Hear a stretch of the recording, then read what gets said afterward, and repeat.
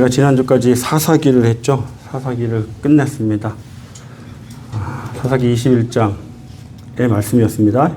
형식적 예배를 드리면 삶이 변화되지 않습니다. 이스라엘 백성들 11지파가 모여서 번제와 화목제를 드렸어요. 주님 앞에 나아가기 전에 자신들의 죄를 속죄하기 위해서 번제를 드리고 하나님께 나아가서 화목해 되기 위한 화목제를 드렸죠. 그리고 나서 바로 5절에 어떤 일이 있었냐? 야베스 길앗 사람들, 자기 형제들이었죠. 그들을 가서 죽여라 라고 명령합니다. 온전히 주님께 예배드리고 나서 하는 말이 자기 형제를 죽여라 했어요. 진멸해라 라고 얘기를 합니다. 정말 저희가 온전한 예배를 드렸다면 온전한 예배 가운데 주님께서 임하시는 그 십자가의 사랑이 우리에게 임합니다. 그 십자가의 사랑이 임했음에도 불구하고 나가서 자기 형제를 죽여라. 말이 안 되죠. 온전한 예배를 드리지 못한 거예요. 와서 한 귀로 듣고 다른 생각하고 주님께 온전한 마음을 드리지 못한 예배를 드리면 우리의 믿음이 그 자리에 있습니다. 오히려 뒤로 가게 되어 있죠. 형식적 예배를 드리지 마세요. 이 예배에 오시면 세상 걱정 다 십자가에 못 박고요. 그냥 주님께서 주시는 말씀만 붙드시기 바랍니다. 오늘은 저에게 어떤 말씀을 주실까? 그 기대를 가지고 예배 자리에 오시기 바랍니다. 그래서 그들이 한 일이 죄를 덮기 위해서 자신들이 죄를 지었잖아요. 맹세를 했습니다. 그 맹세를 얼마든지 물릴 수 있었어요. 하나님께 속죄 제물을 드림으로 인해서 얼마든지 물릴 수 있었는데도 불구하고 안 합니다. 오히려 자신들의 죄를 덮기 위해서 살인을 저지르죠. 자기 형제를 죽입니다. 진멸합니다. 또 다른 죄를 져요. 욕심이 잉태한 즉 죄를 낳고 죄가 장성하여 사망을 낳습니다. 죄가 또 죄를 낳고 또 죄를 낳아요. 결국에 사망에 이르게 되죠. 맹세를 하나님의 말씀보다 더 중요시합니다. 맹세, 율법이었죠. 율법의 행함이었습니다. 율법의 행함을 하나님의 말씀, 사랑이었죠. 복음보다 더 중요시하더라. 우리의 구원은 행함이 있지 않습니다. 그러나 이 이스라엘 11지파들은 사사기 시대에 맹세를, 율법의 행함을 하나님의 말씀, 사랑보다 더 중요시 여겼어요. 그래서 그들의 삶이 결국에는 모순이었다고 그랬죠. 자신들이 한 맹세, 목숨 걸고 했던 그 맹세를 자신들이 깼어요. 말도 안 되는 모순을 가지고. 그 모순의 역사였습니다. 그래서 마지막에 자기 소견대로 행하였더라. 자기 소견대로 행한 삶은 결국에 모순의 삶을 살더라 라는 것이었습니다. 그래서 사사기에서 저희가 잊지 말자고 했던 단어 기억하십니까? 사사기 16장 30절 삼손이 마지막에 죽으면서 했던 말, 나를 죽여주옵소서. 사사기에서는 그 한마디 말만 간직하시기 바라요. 나를 죽여주시옵소서. 그게 결론이었습니다. 오늘 말씀 출애굽기입니다. 출애굽기는 다 아시는 것처럼 모세가 지었죠. 저자는 모세입니다. 오늘 첫날이니까 간략하게 개요를 시작하겠습니다. 모세가 지었는데 언제 지었냐? 모세가 출애굽 시기는 주전 1446년에서 1440년 후 1406년에 모세가 죽죠. 그러니까 1446년부터 1406년 요 사이에 지은 거예요. 그래서 딱 정해서 1440년이다, 1400 언제다 라고 지은 게 아니라 그 사이 어느 날 출애굽기를 썼습니다. 이 출애굽기, 엑소더스는요, 70인역에서 처음 쓴 말이에요. 그래서 원래는 출애굽기란 말이 아니었습니다. 히브리 성경에서는 이름은, 우리 1절 보세요, 1절. 1절에 보면은 야곱과 함께 각각 자기 가족을 데리고 애굽에 이른 이스라엘 아들들의 이름은 이러하니, 이름은 쉐모트 해갖고 원래 출애굽기의 제목은 쉐모트였어요. 이름은 이었습니다. 그래서 출애굽기를 우리가 이따가 지금 나누겠는데 기록 목적을 볼게요. 여호와 하나님이 누구신지 알게 하심이 첫 번째 이유예요. 첫 번째, 여호와 하나님이 누구신지 알게 하려 하심이다. 제가 원래 출애굽기의 이름이라고 그랬죠. 이름은. 그래서 여호와 하나님이 누구신지 알게 하려 하심이 이 기록의 목적이에요. 보세요. 6장 3절에 보면 내가 아브라함과 이삭과 야곱에게는 전능의 하나님으로 나타나셨어요. 그러나 내가 누구다. 나는 여호와 하나님이야 라고는 나타나지 않으셨어요. 아브라함과 이삭과 야곱 창세기에서는 하나님이 그냥 전능의 하나님이다 라고만 나타나셨지만 출애굽기에서는 분명히 말씀하시는 거예요. 내가 누구다. 그 이름을 말씀하세요. 그래서 3장 14절에 모세에게 말씀하시죠. 나는 스스로 있는 자다. 스스로 있는 자. I am who I am. 나는 나야. 그 말씀하고 있는 거예요. 그래서 이름을 나타내시죠. 그래서 6장 7절에 보면 이스라엘 백성들에게 나타내세요. 너희를 내 백성으로 삼고 나는 너희의 하나님이 되리니 나는 애굽 사람의 무거운 짐 밑에서 너희를 빼낸 너희의 하나님 여호와인 줄 너희가 알지라. 이스라엘 백성들에게 말씀하시는 거예요. 내가 누군지 알게 하겠다. 뿐만 아닙니다. 7장 5절에 보면 내가 내 손을 애굽 위에 펴서 이스라엘 자손을 그 땅에서 인도하여 낼 때에야 애굽 사람이 나를 여호와인 줄 알리라. 애굽 사람은 곧 세상을 의미하잖아요. 세상 사람들이 내가 여호와인 줄 알게 하리라. 그러니까 첫 번째 목적은 여호와 하나님이 나타나신 거예요. 그리고 내가 여호와다. 스스로 있는 자. 그 말 원어로 가장 비슷한 한국말로 야훼예요. 야훼. 그래서 야훼가 여호와. 히브리 말로 야훼입니다. 거의 비슷한 말이에요. 야훼. 그래서 야훼 하나님이다를 나타내신 거예요. 두 번째는 구원받은 백성이 어떻게 살아야 하는지를 가르치기 위하심이에요. 자, 출애굽기의 구조를 볼까요? 제일 먼저 보세요. 종살이를 하죠. 애굽에 들어가서 종살이를 합니다. 이게 우리에게 적용을 하면 똑같아요.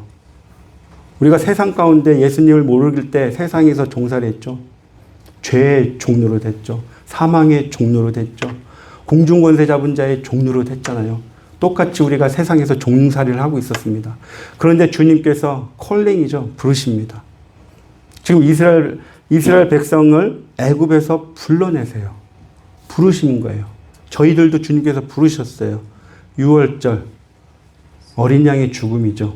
예수 그리스도의 십자가의 죽으심으로 저희가 의롭게 되죠. 그 유월절을 통과합니다. 홍해를 건너요. 곧 세례를 받는 거죠. 우리가 예수 그리스도를 믿고 의로워지면 세례를 받잖아요. 그 세례를 받는 게 홍해입니다. 그리고 광야로 나갑니다. 광야에서 어떻게 살아야 될지. 광야에서 이스라엘 백성이 어떻게 살았나요? 불기둥과 구름 기둥으로 인도함을 받았잖아요. 성령의 인도함을 받아서 간 거예요. 말씀과 기도의 인도함을 따라서 간 게 불기둥과 구름 기둥이었던 거예요.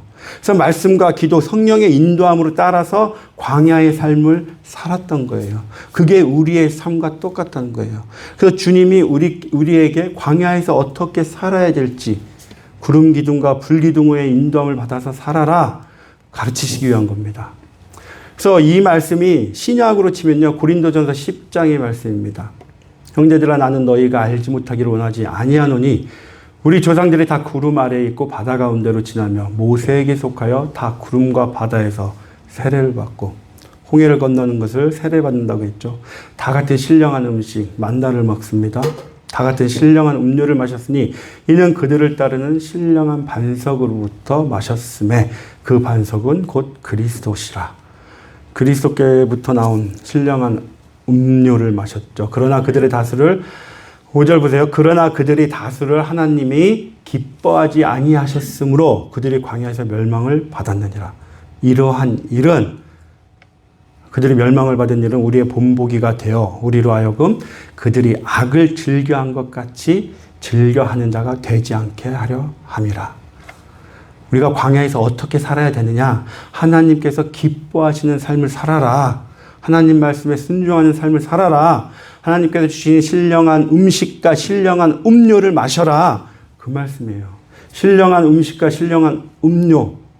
음식과 음료 무엇이겠어요? 말씀이죠, 말씀. 성령의 인도하심. 그러한 삶을 살아라. 그것을 가르쳐 주시기 위한 게 출애굽기를 쓰신 목적이라고 말씀하고 있는 거예요.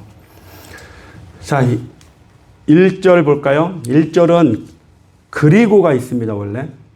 그런데 한글 성경에서는 그것을 생략한 거예요. 그리고 야곱과 함께 각각 자기 가족을 데리고 애굽에 이른 이스라엘 아들들의 이름은 이러하니. 그리고란 단어를 썼다는 것은 곧 창세기랑 연결이 된 거예요. 창세기 50장 26절 창세기의 내용과 연결이 된 거예요. 그런데 1절에 보니까 애굽이란 나라가 나오죠. 그런데 창세기 50장 26절 마지막 절도 볼까요? 요셉이 110세의 죽음에 그들이 그의 몸에 향 재료를 넣고 애굽에서 입관하였더라. 애굽에서 끝나서 애굽으로 시작을 하는 거죠. 그러니까 창세기는 뭐였냐면 야곱과 이스라엘 백성을 애굽으로 끌고 오신 거예요. 그리고 여기에서 360년, 성경에서는 430년이라고도 하고 360년이라고도 합니다. 나중에 그 이유를 말씀드릴게요. 360년, 430년을 애굽에 두세요. 그리고 애굽에서 빼는 이야기잖아요. 그러니까 출애굽기는 들어온 이스라엘을 애굽에서 빼는 이야기예요. 그렇다면 하나님께서 빼실 걸 왜 데리고 들어오셨을까요? 어차피 출애굽을 시키실 건데 왜 애굽으로 데리고 들어오셨을까? 그 인도하신 이유가 무엇일까? 첫 번째는 정결한 믿음을 지키게 하기 위하심이에요. 애굽이란 단어가요, 미츠라임입니다. 미츠라임. 어떤 장소를 나타내는데 어떤 장소냐? 속박의 장소, 고통의 장소, 괴로움의 장소. 그게 애굽의 뜻이에요, 원래. 히브리어로. 왜 주님께서 그 속박의 땅, 고난의 땅, 괴로움의 땅으로 이스라엘 백성을 데려 들어오셨을까요? 그것은 욥기와 같이 나를 단련하신 후에 내가 순금같이 되어 나오리라.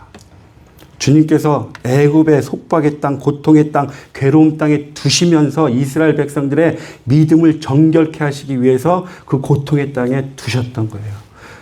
마치 북한을 생각해 보시면 됩니다. 지금 북한이 80년 동안 갇혀 있잖아요.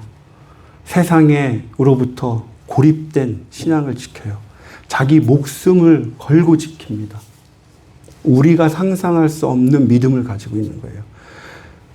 참 기대되지 않나요? 나중에 통일됐을 때 그들의 믿음이 어떤 믿음을 가지고 있을지. 주님께서 분명히 반드시 쓰실 거예요. 마지막 때 그 믿음을 분명히 들어서 쓰실 거예요. 우리를 회개시킬 때 쓰시든지 분명히 쓰십니다. 기대가 돼요. 그러한 믿음을 주님께서 원하셨던 거예요.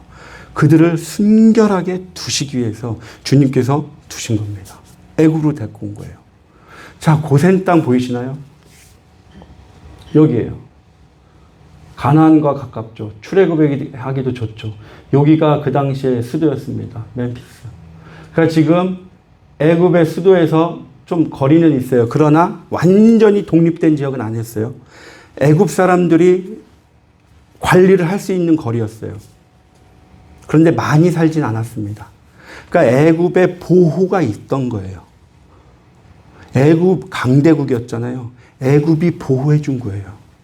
어느 정도 커질 때까지 주님께서 애굽의 보호 아래 두셨어요. 그 당시 얼마나 힘들었겠어요. 세계 각국에서 힘센 나라들이 와서 계속 공격을 하는데 그들로부터 애굽이 다 보호해 주는 거예요. 그냥 너희들은 여기서 잘 가만히 있어. 온전히 있어. 그러면서 그들의 숫자를 늘리죠. 하나님의 나라의 백성으로 만드시는 거죠. 그들은 애굽과 가나안의 우상 숭배로부터 신앙을 보호하시기 위해 했던 거예요. 두 번째는요, 언약의 말씀을 성취하시기 위함입니다. 창세기 보면 아브라함에게 말씀하셨잖아요. 여호와께서 아브라함에게 이르시되 너는 반드시 알라. 내 자손이 이방에서 객이 되어 그들을 섬기겠고 그들은 400년 동안 내 자손을 괴롭히리니 그들이 섬기는 나라를 내가 징벌할지며 그 후에 내 자손이 큰 재물을 이끌고 나오리라. 이 말씀이 실제로 이루어지죠. 700년 전입니다. 700년 전에 하나님께서 아브라함과 맺으셨던 약속을 700년 후에 이루시는 거예요. 하나님께서는 반드시 하신 말씀, 언약은 이루시는 분이에요. 그리고 하나님은 반드시 하신 언약대로 움직이세요. 그래서 그는 그의 언약, 곧 천대에 걸쳐 명령하신 말씀을 영원히 기억하셨으니 하나님께서 하신 말씀 언약은 반드시 지키세요. 그래서 저희가요 기도할 때 하나님의 말씀을 붙들고 기도하세요. 그러면 주님은 반드시 그 말씀 때문에 지키세요. 행하십니다. 그래서 말씀 붙들고 주님 신명기 28장을 내세우세요 하나님한테. 하나님 신명기 28장 분명히 말씀하셨잖아요. 잘 믿으면 이러한 축복 주신다고 하셨잖아요. 주님한테 올려드리세요. 그럼 주님은 신명기 28장의 말씀을 기억하시고 여러분에게 그 축복을 내려주신다는 거예요. 우리가 가장 큰 축복을 이미 받았지만 삶 속에서도 더 큰 축복, 더 은혜를 받으시길 소망합니다. 이스라엘 아들들의 이름은 이러합니다. 그런데요, 똑같이 1절을 창세기에 똑같이 말씀하고 있어요. 46장 8절 보면 애굽으로 내려간 이스라엘 가족들의 이름은 이러하니라. 야곱과 그의 아들들, 곧 야곱의 맏아들 루벤과. 지금 창세기 46장 8절에서는요, 야곱의 아들들이라고 얘기하고 있어요. 표현을. 그런데 출애굽기로 넘어오니까 이스라엘의 아들들이라고 얘기를 합니다. 바뀐 거예요. 그러니까 이 출애굽기부터는 이제 하나님께서 내 백성이다 강조하시는 거예요. 그래서 이제부터 야곱의 아들은 내가 택한 나의 백성이고 내가 세울 나라의 백성, 선민이야를 강조하신 거예요. 그래서 출애굽기 마지막 40장으로 가잖아요. 어떻게 끝나나요? 출애굽기가 40장으로 되어 있는데 그 중에 13장에 걸쳐서 강조하고 있는 말씀이 있어요. 그게 뭐냐면 성막입니다. 성막, 성전. 성전으로 끝나요, 마지막에. 그래서 이스라엘의 아들들로 시작해요. 이 아들들을 내가 반드시 성막으로 만들겠다. 성전으로 만들겠다. 그 말씀인 거예요. 출애굽기의 결론은. 이스라엘의 아들들, 내가 택한 이 백성들은 내가 반드시 성전으로 만들어 나갈 거야. 우리가 고린도전서 3장 16절 나눴잖아요. 하나님의 성령이 너희 안에 거하는 것을 너희가 알지 못하느냐.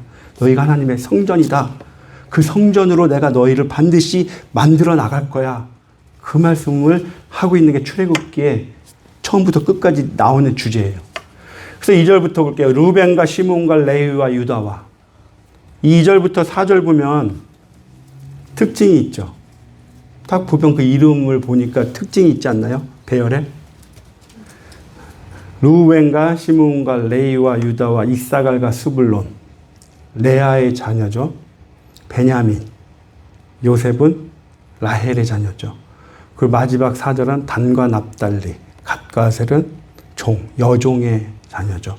그래서 레아와 라헬 구분을 해놓은 거예요. 여기서 야곱의 허리에서 나온 사람이 모두 70이요. 요셉은 애굽에 있었더라. 야곱의 가족이 70명 맞나요? 성경에 70명이라고 분명히 나오나요?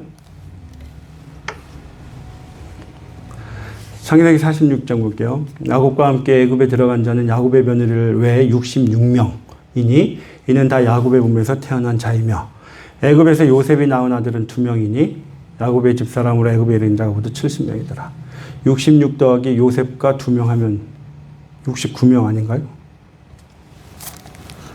네. 야곱에서 70명이죠. 야곱까지. 야곱을 뺐으니까 69명. 야곱에서 70명이에요. 맞아요. 그런데 사도행전 보세요. 스데반 집사가 설교를 합니다. 스데반 집사가 마지막 죽을 때 설교한 거예요. 요셉이 사람을 보내어 그의 아버지 야곱과 온 친족 75사람을 청하였더니. 그러면 75명이 내려온 거네요. 그럼 성경이 틀린 거죠. 어느 게 맞을까요? 70명이 맞을까요? 75명이 맞을까요? 둘 다 맞죠. 둘 다 맞아요. 왜냐면 창세기에서는 보세요. 27절에 요셉이 낳은 아들은 2명입니다. 그런데 사도행전 75명은요. 70인역에서는 75명이라고 나와요. 왜냐하면 에브라임과 므낫세의 아들들까지 포함해요. 그러니까 창세기에서는 에브라임과 므낫세까지 포함했지만 70인역에서는 에브라임과 므낫세의 아들들 5명이 있었거든요. 민수기 26장에 보면 나옵니다. 에브라임과 므낫세의 아들들에 대해서 쭉 나와요. 거기에 5명이 더 있었어요. 그래서 그들까지 포함해서 70인역에서는 75명이라고 얘기를 합니다. 제가 왜 이걸 언급하냐면 누구가 또 물어볼까 봐 여러분들 대답하실 줄 알아야 돼요. 예? 야, 이 성경 가짜네. 70명이라면 여기 75명이잖아. 대답하실 줄 알아야 돼요. 이해하셨죠? 네. 요셉과 그의 모든 형제와 그 시대의 사람은 다 죽었고 이스라엘 자손은 생육하고 불어나 번성하고 매우 강하여 온 땅에 가득하게 되었더라. 7절 보세요. 이스라엘 자손은 생육하고 불어나 번성하고 매우 강하여 온 땅에 가득하게 되었더라. 많이 본 말씀이죠. 창세기 1장 28절 말씀. 창세기 1장 28절 말씀이 성취가 된 거예요. 출애굽기에. 근데 6절 보세요. 그 시대의 사람은 다 죽었습니다. 그런데 7절 보니까 그 자손은 생육하고 불어나 번성하더라. 하나님의 나라는 한 세대가 다 죽었다고 끝이 아니라는 거예요. 우리가 다 죽었다고 끝이 아니라는 거예요. 다음 세대가 있어요. 그런데 중요한 건 우리가 어떻게 살았느냐예요. 우리가 어떻게 믿음 생활을 했고 우리가 어떻게 우리의 자녀들에게 믿음을 주었느냐에 따라서 우리 다음 세대가 더 큰 생명을 갖느냐 더 작은 생명을 갖느냐 번성하느냐 쇠퇴하느냐 그 말씀을 하고 있습니다. 죽음이 다가 아니라. 저희 6.25 일어나고 60년대 70년대 우리 할머니 어머니 세대가 얼마나 기도 많이 하셨어요. 그리고 나서 80년대 큰 붐이 있었잖아요, 한국에. 그리고 나서 2000년대 넘어오면서 쇠퇴의 길 가잖아요. 저희들도 똑같습니다. 저희 다음 세대가 어때요, 지금? 3040 없다잖아요, 한국에. 3040이 아예 전멸이랍니다. 우리의 책임도 있다는 거예요, 우리의 책임도. 우리가 어떻게 살았느냐, 우리가 죽고 나서 다음 세대가 부응해야죠. 그것은 우리의 평가예요. 하나님 앞에 섰을 때 너희가 도대체 믿음 생활을 어떻게 했길래 너희 다음 세대가 이렇게 됐냐. 주님 앞에 당당히 서야 돼요, 저희들. 저희가 올바르시길 소망합니다. 지금부터라도 저희가 정말 주님 말씀 붙들고 우리 다음 세대에게 본이 되길 소망합니다. 우리 개인적으로도요. 내가 죽어야지 죽을 때 부활의 더 큰 능력을 느낄 수가 있어요. 자아가 온전히 죽어보시기 바랍니다. 내가 온전히 죽고 나면 정말 예수 그리스도로 말미암아 그 부활의 기쁨을 느끼면 세상에 저를 와서 쿡 찔러도요 상관없어요. 이미 죽었던 자인데 누가 와서 제 자존심 툭 찔러도 죽었던 자인데 뭐가 중요해요? 그러면 더 큰 기쁨이 있습니다. 8절에 요셉을 알지 못하다라는 게 인격적으로 알지 못하는 거예요. 아예 알지 못하는 게 아니라 친밀한 관계 속에서 알지 못하는 세왕이 일어납니다. 실제로 이때는 애굽의 17대 왕이었죠. 17대 왕조였던 힉소스 셈족이었어요. 셈족이 노아의 아들이었잖아요. 노아의 아들 셈 계열의 왕조가 힉소스 왕조였는데 힉소스란 뜻이요. 외국인이 통치하다 뭐 이런 의미예요. 그래서 외국인 소수가 와가지고 애굽을 통치하던 때가 힉소스 왕조 때예요. 근데 그때가 셈족이었던 거예요. 그런데 요셉이 어느 계열이에요? 셈족이에요. 그러니까 힉소스 왕조에서 요셉을 세운 것도 다 같은 계열이었던 거예요. 그랬는데 18대 왕조 오면서 투모세라는 1세 왕이 일어나서 완전히 엎은 거예요. 지배받던 자들이 엎은 거예요. 소수에 있던 자들을 쫓아내고 올라온 거예요. 그러니까 셈족들이 좋았겠어요? 이스라엘 백성들이 좋았겠어요? 미웠겠죠. 자기들을 학대하고 자기들을 지배하던 자들이었어요. 이스라엘 백성이 이제. 그러니까 학대를 하는 겁니다. 새 왕이 일어나서 애굽을 다스리더니 9절 그가 그 백성에게 이르되 이 백성 이스라엘 자손이 우리보다 많고 강하도다. 10절에 볼게요. 자, 우리가 애굽 사람이죠. 새롭게 일어난 애굽인들이에요. 본토 애굽인들인 거예요. 그들에게 대하여 지혜롭게 하자.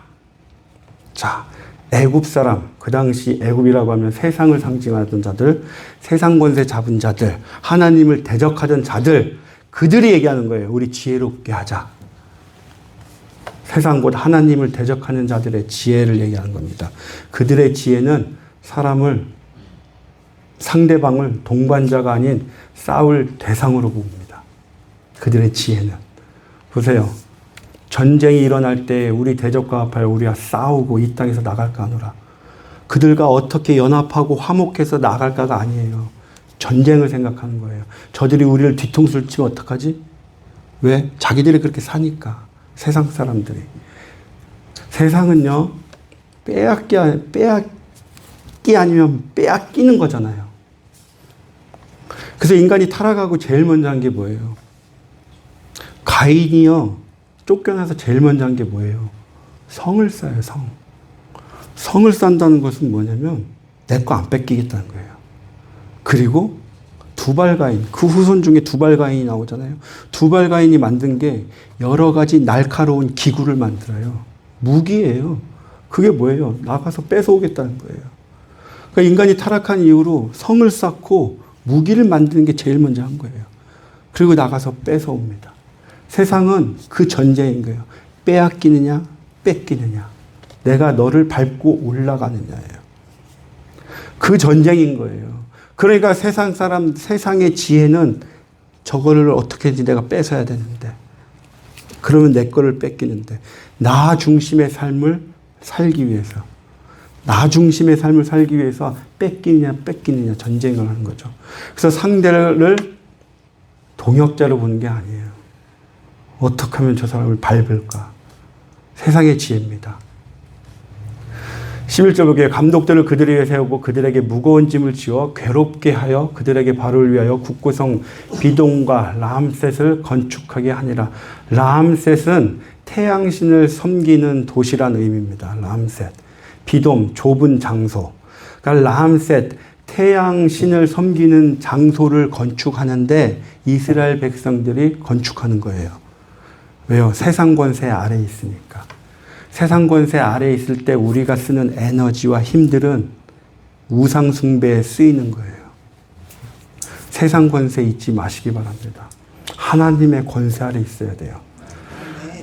그러나 학대를 받을수록 더욱 번성하여 퍼져 나가니 애굽 사람이 이스라엘 자손으로 말미암아 근심하여 이스라엘 자손에게 이를 엄하게 시켜 14절 어려운 노동으로 그들의 생활을 괴롭게 하니. 11절에 괴롭게 했죠. 14절에도 괴롭게 합니다. 세상 곧 하나님을 대적하는 자들의 지혜는 사람을 괴롭게 합니다. 어떻게 괴롭게 하느냐? 13절, 14절에 보니까 엄하게 시킨대요. 엄하게. 그런데 이 엄하게란 단어가 쪼개다예요. 쪼개다. 쪼개다. 실제로 애굽 시대에 종들을 다스리는 벽화나 문헌들을 보면 채찍으로 때립니다. 막대기로 때려요. 출애굽기 5장에도 나오죠. 바로의 감독들이 자기들이 세운 바 이스라엘 자손의 기록원들을 때리며.